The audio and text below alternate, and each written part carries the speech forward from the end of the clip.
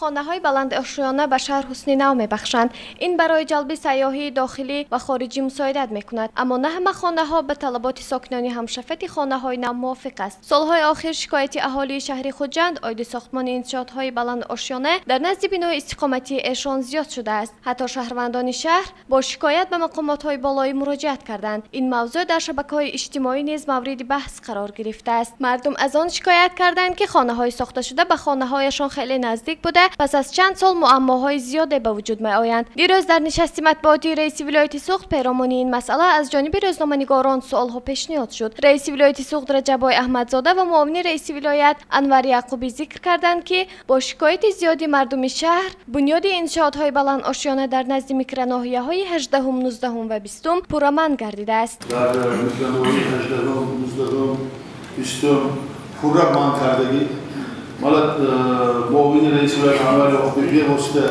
رئیس شورای شهرسازی ایران باشن ما دستور دادیم بزرگ کاری شدیم من کدام کارها انجام سرنگاری رئیس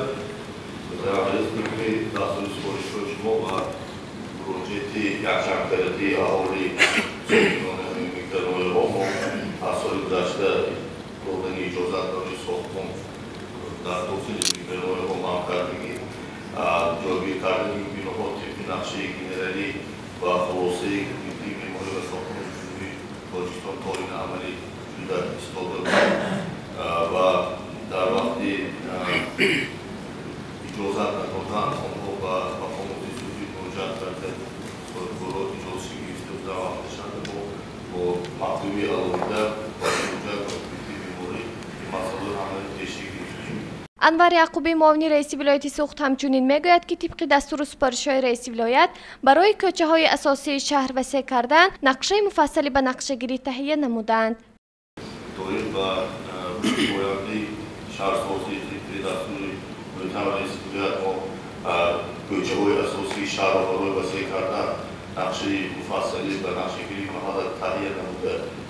خانه‌های آشیانه هستند برای جایگیر کردن در بیناهای نهاسی کاربری بیهام داده ایستادیم و با صاحبکاران مقامات محلی خودخواهی شهر خوجند میواسطه کاربری دارند.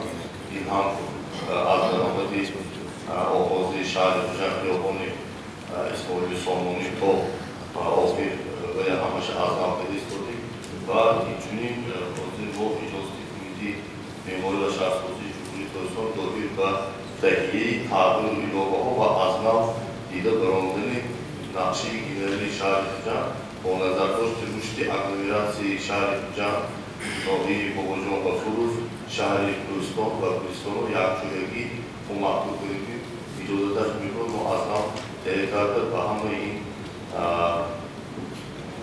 و با نظر داشت پاینده شهر خوجند و اگلومراسی شهرهای ایدو اطرافیان ما پیشنهاد تهیه میکنیم. گزارش مدینه کریم و جمشید زاده جهانگیر، تنین پیامی روز.